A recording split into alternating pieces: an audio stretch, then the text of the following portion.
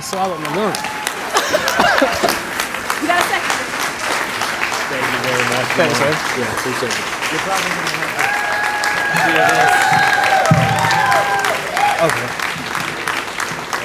to. Okay. Selfishly, can you keep standing? I just want to show this to my mom for real.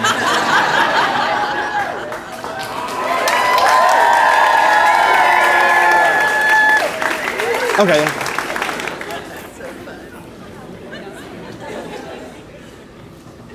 Okay. Good morning.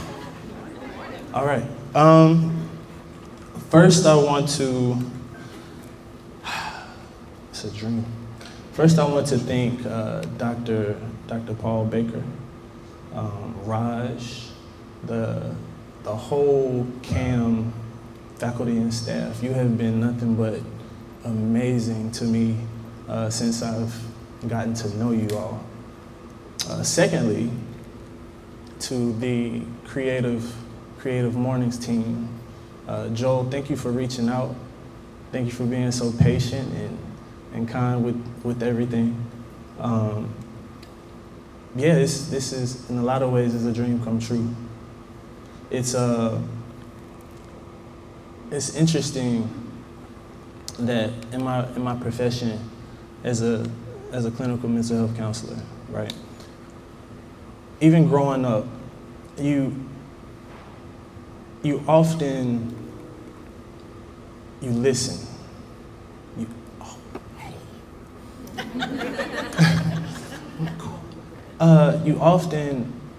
You're forced to listen and look, right? I can't. Sorry. To listen and look and pay attention to the world around you, the people around you, that sort of thing. But it's rare that you're heard, right? And I'm assuming that's why a lot of you, if you know my work, like you connect with it because you feel like you can relate, you're heard. So I guess I want to say thank you all for just waking up and coming out and listening to me think out loud. Thank you. So to get started, I want to, since it's so early in the morning, my son really just got on the bus. But I want to talk about how I would rise in the morning. Just start out talking about how I would rise in the morning as a kid. Right, give you a little bit about my mother, because she'll be the core, the basis of this whole thing. But it was only 3 people in the house, myself, my father, my mother. And in the morning I would wake up to the smell of bacon. Oh, your whole life just changed, didn't it? Yeah. Wake up to the smell of bacon, grits, eggs, scrambled hard with cheese, that's the only way. That's the only way. Biscuits, sausage, all the stuff, right? So, because my mother, she's basically the first chef that I've ever known. It's not like she's going to having a Netflix special or documentary or something, but that's who she is. She loves to cook. That's the way she shows love, the way she shows her compassion for people, right? But dinner would be something like collard greens. She has this little steak, right, that she puts in the oven, slices up some little, like these peppers, right? Slices up these peppers with some onions, throw that thing in there for a little bit, come out all tender and just perfect. Anybody can relate, no? All right, good. So, but with all of that, what I love from my mother most, started that late, huh? Can we dim the lights, if possible? Give it a second. What I love most, though, is my mother's sweet potato pie. But y'all are hungry today. Yes, her sweet potato pie. But what really beats the sweet potato pie is the pound cake. Man, I'm the most simple guy. Pound cake, she takes the pound cake and it has like this little drizzle on it, right? This just slight bit of icing. And it does it just perfect. So this is, I forget how old I am at this point, but I grew up in a super small house. But anyway, this is me baking a cake or something with my mom, but when she makes this cake, she takes her time with it, right? She puts all this effort into it. So one day I can remember, if you see my kitchen, before the house got remodeled and all that, it was super small. This is the back door.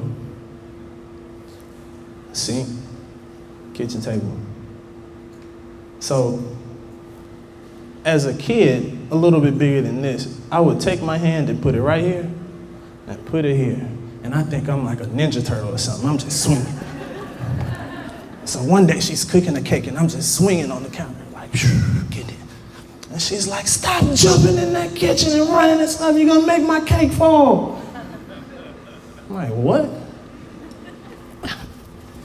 Get it. Just swinging and jumping, thinking I'm like Spider-Man or something. You're gonna make my cake fall. Mama, what do you mean I'm gonna make your cake fall? The cake, although I put the ingredients and all the things in it, the cake it needs time. If you make it fall, it's not gonna rise. If you keep running and jumping, making all this commotion around the cake, it'll never rise. So I'm like, dang, my little mind, how does she know this? Like, what's going on? She tripping, I'm just having fun. I wanna be a superhero. What's going on? But the thing is, what I didn't realize, and I've grown to understand, is Mama, she's made a ton of cakes before that one. Before that one cake, she was raised by her grandmother, who taught her how to bake them since she was small. So my mother's been burned, overcooked some, and, right? They come out a little dry sometimes. How does she know this stuff? Experience, trial, error, all the things. So, in that, my mother's the type of person, talking about trial and error, she's the type of person that when I was young, I was very curious, still am, ask questions a mile a minute, very curious. And I'm asking, like, what do certain words mean? Why do you do this and how do you do that? And just certain things, and the first thing she does is, does she give me the answer? Never gives me the answer. Mom, what is this word? Nothing. I'll tell you how to spell it, go get the dictionary, figure it out, right? So immediately she taught me, ask the questions, yeah. But you're the only child, you're a black man in this world, you have to go figure it out too. Because nobody, absolutely nobody is coming to save you. Maybe harsh to some. But this comes from a woman who, yes, she was raised by her grandmother. She was born and raised in Philadelphia. Right, born and raised in Philadelphia. She came to North Carolina because her stepfather never wanted her. So her mother sent her to, her and her sister, so her mother sent her to North Carolina to live with her grandparents. In a photo, my mother's college graduation photo, a friend took it. Guess who was in the photo? It was just her. In the photo with a blue gown and cap. She graduated from Elizabeth City State. It was just her. So when we say, stop jumping in that kitchen, my cake's gonna fall. It'll never rise if you keep jumping. She's baked the cake in more than one way. She understands the time and patience and perseverance it takes for that thing to rise, for that thing to grow and be what you want it to be. And from a little child, from a young child, that's all she raised me to be, is determined, a go-getter, how to figure it out.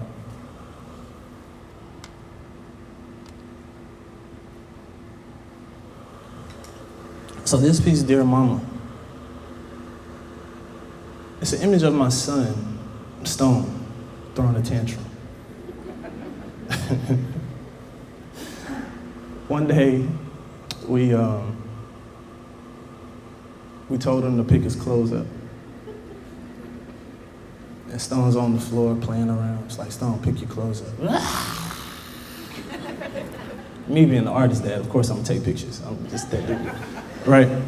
But the thing is, this guy starts having a tantrum and going through all the stuff. How do I respond to it? How am I going to treat him when he's dealing with his own stuff? Where does that response come from for me? Growing up, I would have got a little belt, something like that. I might be harsh to some people, yeah, sure. But that's just what my reality was. A little punishment. But how do I treat him? How do I observe his situation and see him for who he is? See, these questions, whether we go right or left, straight or back, if I step to you, we just met, so we're cool now. If I step to you, how do you perceive me? Good guy, bad guy, black guy, robber, how do I see this man? See, the thing that, in an instant, the thing that controls that, it's this thing called, oh, it's another image.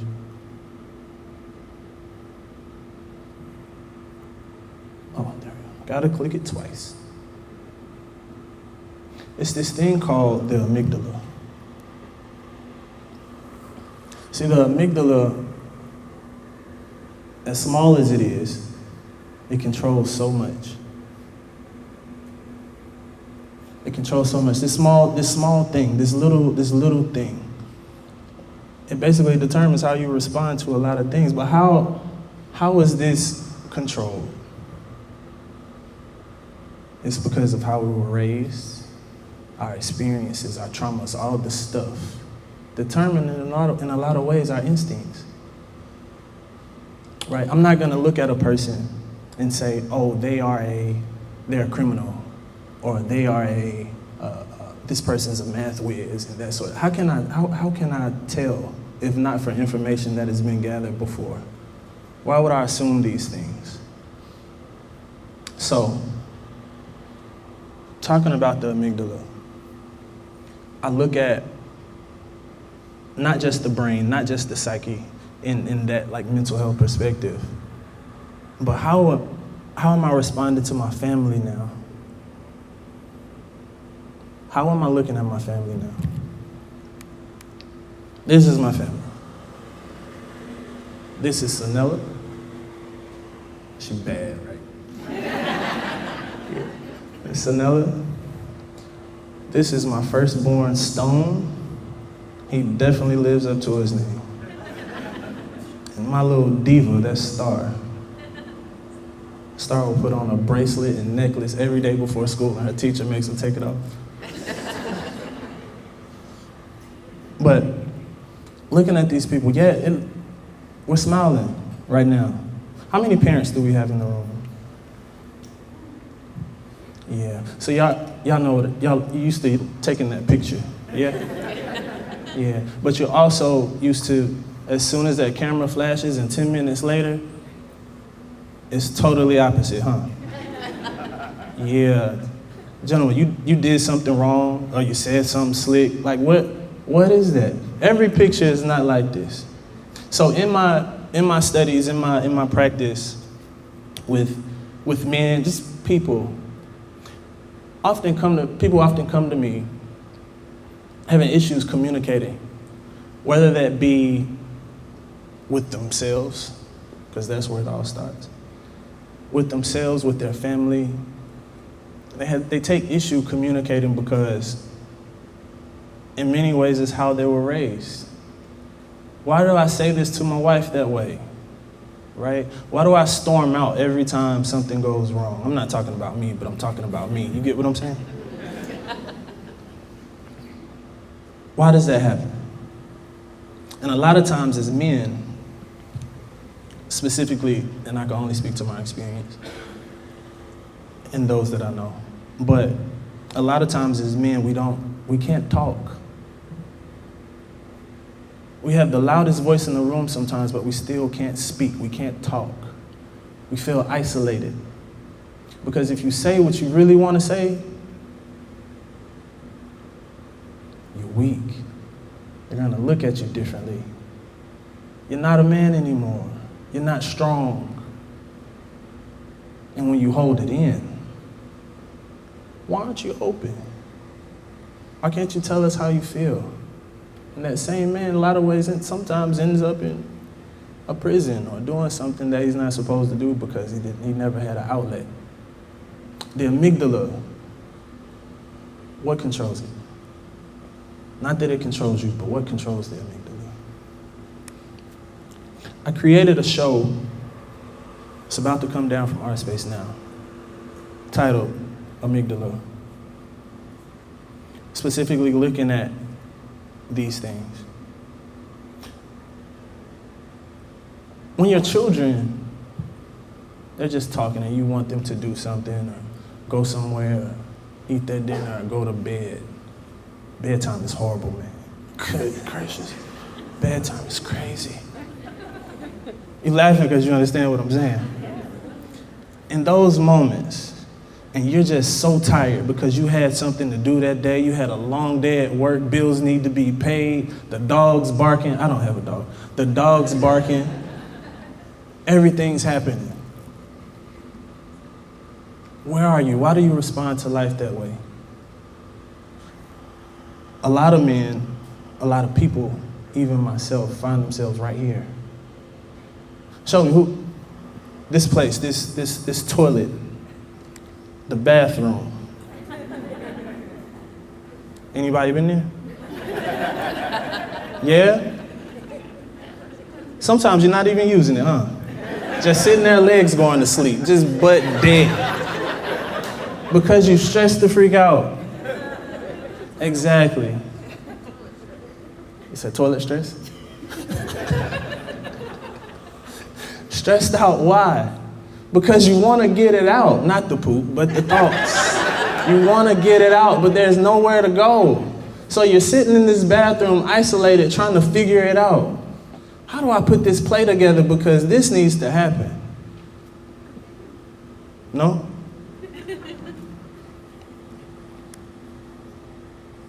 I look at my children. Star, like I said, that's my little diva. She, brilliant mind. Brilliant mind, it's beautiful. Brushing her teeth. Daddy, look at me. Daddy, help me, help me, help me. But how am I able to see this picture, to see her clearly, when I have so much going on? What am I to do to see her the way she needs to be seen? I go back to Mama baking the cake. It takes time. It takes patience. Somebody's gonna jump and stomp and run and your cake may fall.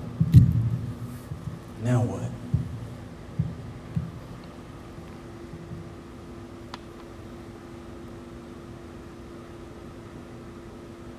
What are you gonna do now? So, as a man, what do you do? How do you make decisions as a man? Because the world tells you that it's this bravado. You have to be strong, right? You have to be this tough. You have a beautiful beard, sir. You have to have this glorious beard and this plaid and choke that carry wood on your back type stuff, right? That's what we're supposed to be. Yeah, honest truth, honest to God truth. On the ride here, I was listening to a song that gets me through everything. It's Mary, Mary, Can't Give Up Now. Tears. It's truth. Why? I mean, there's a million people here. Like, what? Just a few years ago, and I tell people, I'm sitting on my front porch in my parents' house, looking out at cornfields. Like, what's beyond this thing? So, as a man, getting back to it, as a man, where do you go Where do you get this this training from? Because as a young kid, I know you see me baking a cake with my mom. And yeah, he probably took the picture, but where's daddy? Where's daddy? As a young kid, I was raised with my father. But it took Pops a few years to get life together. You're working all week, you're playing all week. You still have family at home, brother. So that family at home, that child that has to be raised, now he's an adult. How does he know where to go, what to do with his own children? Because yeah, you're there later. We gather that. But in these situations with this young child, how do you do it? The dear mama piece, when my son's on the floor, when he's doing this stuff, and my daughter, she's brushing her teeth, and you're there and it's chaos. How are you there? How are you keeping it together? Because like a lot of you understand just like I do, you stressed out, you're going through it. Quick tip, go to therapy.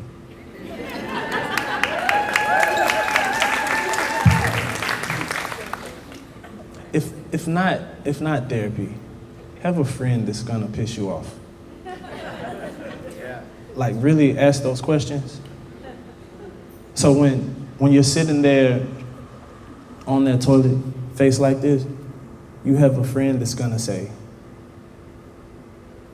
pray about it. That's usually first. Tell me about it. What happened? How do you, typical client, typical therapy stuff, how do you feel? What are you gonna do about it? Because even though my dad, I'm not gonna call him absentee, but he showed up every once in a while when I was young. So even though you have that, do you continue to have the excuse when things are going wrong? When you can't figure it out as a parent? Going back to my mom and how no one was there when she graduated. You still have to cross the stage. As a man, you still have to, and I speak openly, I'm just saying as a man because that's what I titled the piece and I'm clearly a guy, right? But once you go through all the stuff, now what do you do? Do you still continue to hold on to who and what dad was and who and what mom was, or do you look at yourself? I created these pieces looking at myself because that's exactly what I had to do. Like, homie, you really have a quick temper. Am I the only one? No? Oh, we're quiet. I guess so. Okay. Okay. Homie, you really have a quick temper. You're not very patient. You need to slow down a little bit, right? Why are you negative? I'm still the only one? Okay, all right. I guess he's just talking about me today.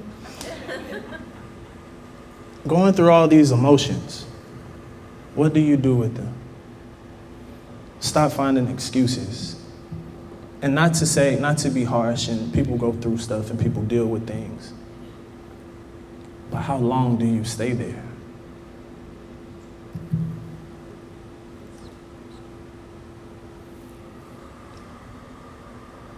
This is real. I mean, it's a photo, but it's real. It's a real moment. A moment of thought, a moment of confusion, a moment of sadness, and all this stuff. But as a man, as a woman, as a person, how long do you hold on to it? Now, ask you, and going back to my mother's cake. She put this cake in the oven. She let it bake. And she let it bake. Oh, by the way, that one day when I was doing that, the cake actually did fall. But afterwards, the reason why I know that the cake is beautiful, the reason why I know that it will rise, is because she did it again. She took the time to bake the cake again. Now, looking at yourselves and using the cake as an example, can you bake? Can you bake a cake? You clearly shook your head like, forget that kitchen, I'm not doing it. Can you bake a cake? Are you willing to cook the cake again when it falls? A lot of us in here, we have careers and we have families and comfortable. Who's comfortable? We good? Yeah, you comfortable? How long do you stay there? Because comfort, I mean, yeah, we can financially, pay the bills, do your thing. But I'm talking about your dreams, your goals, your ambitions, that sort of thing. Can you bake a cake? Are you willing to put the ingredients in, let it bake? Maybe someone runs and jumps and your cake falls. Are you gonna eat it anyway? You gonna eat it? Okay, good job. Are you gonna eat it anyway and bake another one? I think a lot of times, from a child, a lot of people look at me like, oh, I can't draw. Like I don't have an artistic bone in my body, right? I just never quit. All kids draw and color. I just never gave up. You with me? Exactly. You just never gave up. My mother never gave up baking her cake. When no one showed up to her graduation, she still raised a man who has multiple master's degrees. And someone you came to see speak. This is weird. But thank you. But I want to say I'm grateful for my mother, my father too, but I'm grateful for the fact that through all that she has been through everything, every part of her that she is, she never stopped baking cake. She put everything into and poured everything into me. She gave up on some of her dreams. A lot of them. A whole lot of them. But she still never stopped baking cake.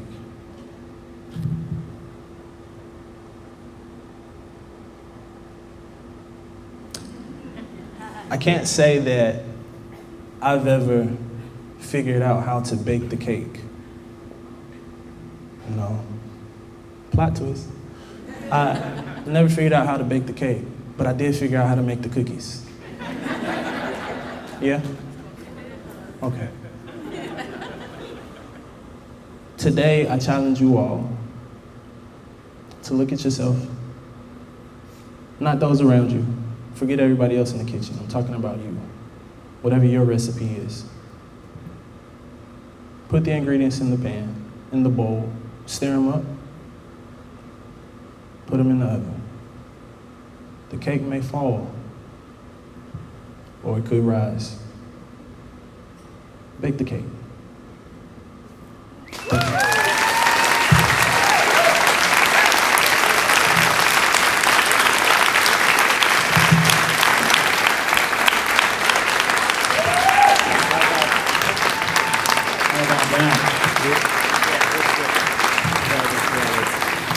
Thank you, Lamar.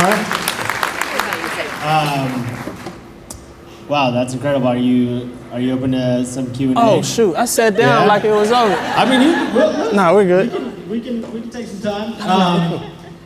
All right, I'm back. Here we go. we've got some time for Q&A. Can I get this a little louder, Ray?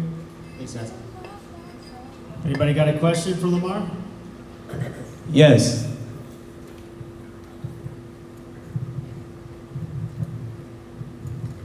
Hey, thanks for being here. Thanks for coming. Have you done a portrait of your mother? Not yet. It's time to rise. See. Real quick. See, the thing about the portrait of my mother, I've been trying to do it for years. She's the person, she hates taking pictures. Every picture is a bad picture. So, yeah, I'm working on it though. I'm working on it. What's that? Paint the graduation photo. Yeah. If she allows it. Yeah, I could paint it and she probably won't let me show anybody. It's okay.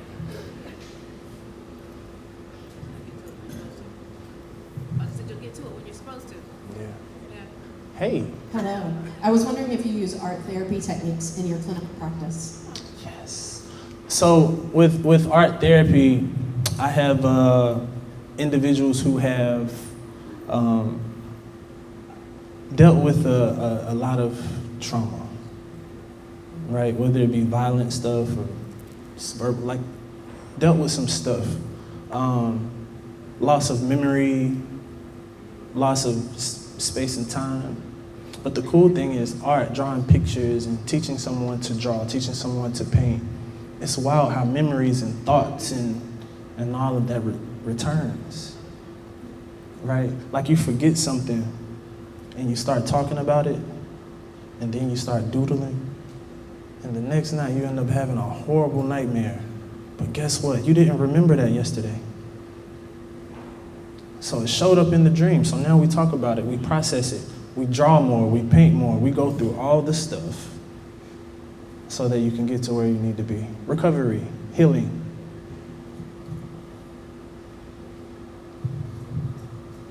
Oh, there's one behind you. I just wanted to ask about your pivot to art because you were pursuing professional athletics before that. Oh, no. Okay, and Well, did I'll you answer have that, the go ahead. support of your mother, your family, and sort of like how did you navigate that? Truthfully, it was never a pursuit to the NFL, right? As much as I love sports, as much as I love the competition, I think you can understand when I say it's the mind of an athlete that I gravitated to the most. An athlete is I promise I answer your question. An athlete, almost like my mother baking the cake, there's this perseverance. It's you, hey. There's this perseverance, there's this grit and grind that you have to deal with on a regular basis, and it becomes normal. You have to go through the stuff just to win the championship. You practice all week for one game. All the pain and sweat and blood and all the stuff for one day. Mentally, that is amazing to me. Physically, heck no. There was not. So the pursuit to the NFL, no. I use football, I use sports as a vehicle to stand here in front of you. I didn't know what life was in that town that I lived in, like what it could be, right? I didn't know who I could be. It was just, homie, you need to get out of here because too many people are on drugs and everybody getting shot. Like, you gotta go. You stay here, you're gonna be working at wherever and doing whatever with whoever. Get out of here. Did that answer your question? What was the second part? I'm sorry. Well, I think the second part was about your mom, and the reason I'm asking is because I feel like pursuing arts is sometimes a luxury of people I'm who have a sorry. lot For the people. Oh, sorry. So the second part of my question was really about the support network that you had when you pivoted to art. And the reason that I'm asking is because I feel like sometimes art or creative pursuits are a luxury of people who have a very solid socioeconomic, sort of safety net. And I have a lot of friends who it takes a lot of courage to pursue creativity if they don't have that, and they don't always have the support of the people who they care most about. So I'm just wondering about how that worked out for you. Thank you. I definitely had the support of my parents. I had the support of my parents. I don't know about the support of other people because as a creative, people don't believe it until it's done. Like, what are you doing? Why are you? I remember telling people about the piece that I was creating about the toilet, right? Like, what? Why are you sitting on the toilet with your thighs out? That's crazy. But yeah, I had the support of my parents. Financially though, boy. I remember one day sitting at a Burger King in Durham. It's on, right across from Central. It's a Burger King and a gas station. And I was sitting right there at that drive-thru trying to order something off the dollar, or put gas in the car. I'm like, shoot, I should have stayed on scholarship. Like, this is crazy. So yeah, there was support. There was support. But I had to figure some things out. Anyone else? Can I go here first? Yes. I got you, brother. If you don't mind, I'll walk around. It's cool. I just wanted to know how you juggle a career in therapy, family, and how you have time for your art and how much time you give it a week. I'm glad you're sitting here. Because you are the answer to that question. Everybody know Clarence Hayward? Yeah? One night, we were actually in here, I believe. And I walk up to him, because he has a family. Amazing artist. I'm like, yo, how do you do it? Guess what Clarence said? You just do it. I'm like, what? You can't give me nothing else, bro? But I went home, and thank you for that. Because I went home, and every night after that, every day after that, because you want to be an artist, you want to do the thing, you want to make it happen, right? You have this gift that's burning inside you, and you wake up every day seeing stuff. Am I the only one? No. I wake up seeing images and colors, and words sound like, I'm going to stay on topic, I promise. Words sound like pictures. For instance, when I listen to, my son's watching Sister Act 2 a lot now, right? Yeah. Drumline, Sister Act 2, all the stuff, like I get them right. But I'm telling you, but we're listening to it, and I hear Lauryn Hill, like she sings the song Joyful, Joyful, right? She gets to the flowers part, and that's like so beautiful. I hear it, but I also see this gorgeous, like, tulip. I don't know why. But anyway, to go to the question, how do you do it? You just do it. I try to plan. I plan. I try my best to balance. My wife, just make it work. You prioritize, and you put your dreams and your goals ahead of everything, respectfully. Who's next? Hi. Yeah. Ooh. I was just going to ask, where can we find you, and like where any upcoming shows and stuff like that you have? Where can you find me? You can find me on Instagram, Afro_Picasso. You can find me on Facebook. I'll probably find my name there. You can do LamarWhidbee.com. You can, let me see, other shows. I'll be up at Wake Tech in the next few days. God, I wish I remember the name of. I don't mean to do that in a disrespectful way. It's the cultural. You'll see it on my Instagram. I did the same thing last night.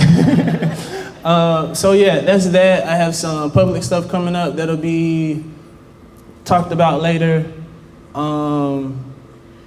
Yeah, you'll find me. I'm around. I'm out in these streets. I think you've got time for one more. Two more. Can we do two? We got time for two more. Come on, give me something good. What we got?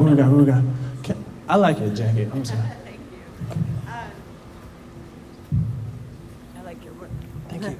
My question is, what's your creative process like? How do you approach the canvas? Thank you. Hey. All of my work is basically a journal entry.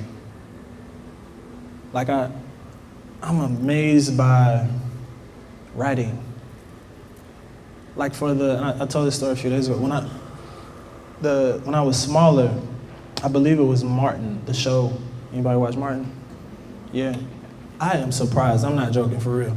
I don't know why this like judgment by, I don't know. I was amazed like how many like white people I seen raise their hand for Martin. I'm surprised. But I'm sorry, that was wild.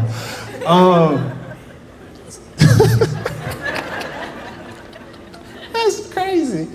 All right, so there was an episode of Martin, I think toward the end of it, right? The last episode. And my man walked over to the door, looked over like a couch, looked over at that green couch and all that. And he signed his name on it, on the wall. As a kid, I'm like, whoa.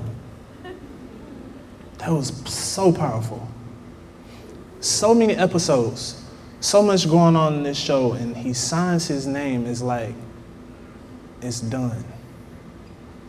I put my stamp on it. Ever since then, I went around the house like signing walls and cabinets, just going crazy. So my process, going back to it, my process is writing. I journal and get all my stuff out. I laugh, I cry, I scream, I shout, all the stuff. Like I put it in the text, right? I sketch out this image that I want to work with, draw it out, do all the stuff, and I just go, like I tell anybody, I give it to God. I wish I could plan more.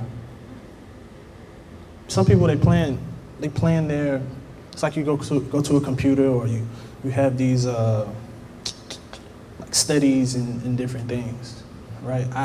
I have to, it comes here. Because even if I did a study, it will look nothing like that. Like, why did you do this? Because it's not a study, it's a new picture. That's the process.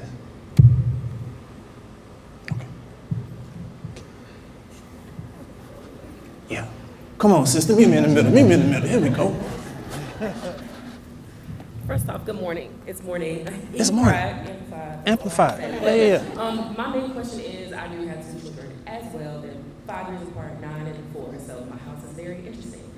With 2 different personalities, creative personalities, if you will. One is very sports-minded and driven, but he's also very intellectual and really loves theater and all the things. And I have my sassy diva, right, who is very much so into herself. But me as a creative, my husband is very analytical. But raising these 2 children, how do you find yourself really encouraging their individual creativity as well as like keeping the integrity of your own? I steal from my kids. Yeah, I steal from the kids. They're creative. You said they're creative integrity. Yeah. I let them go. I let them be just who they are.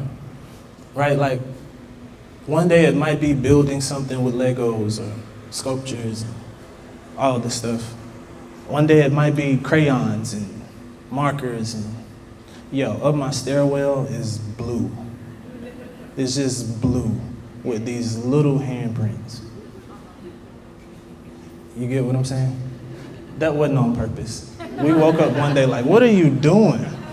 But we allowed them the space to be who they are, to explore, to see, take them to different events, right? Take them to different events, take them around different people, because I think that's what creativity is, right? You're not just in a box. You get to know things, you get to know people, you get to know just life. How do I keep my own creative integrity? Respecting the craft. I'm learning now not to rush it. Everything is like this anxiety-driven, like go, go, go, go, go, go, go, go, go, go, go, go, go. You're running out of time. Go, go, go, go, go.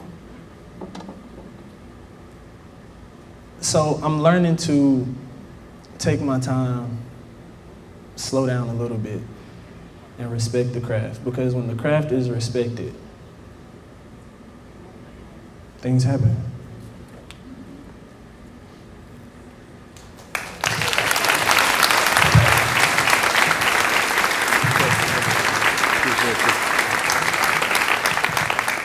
Thank you again.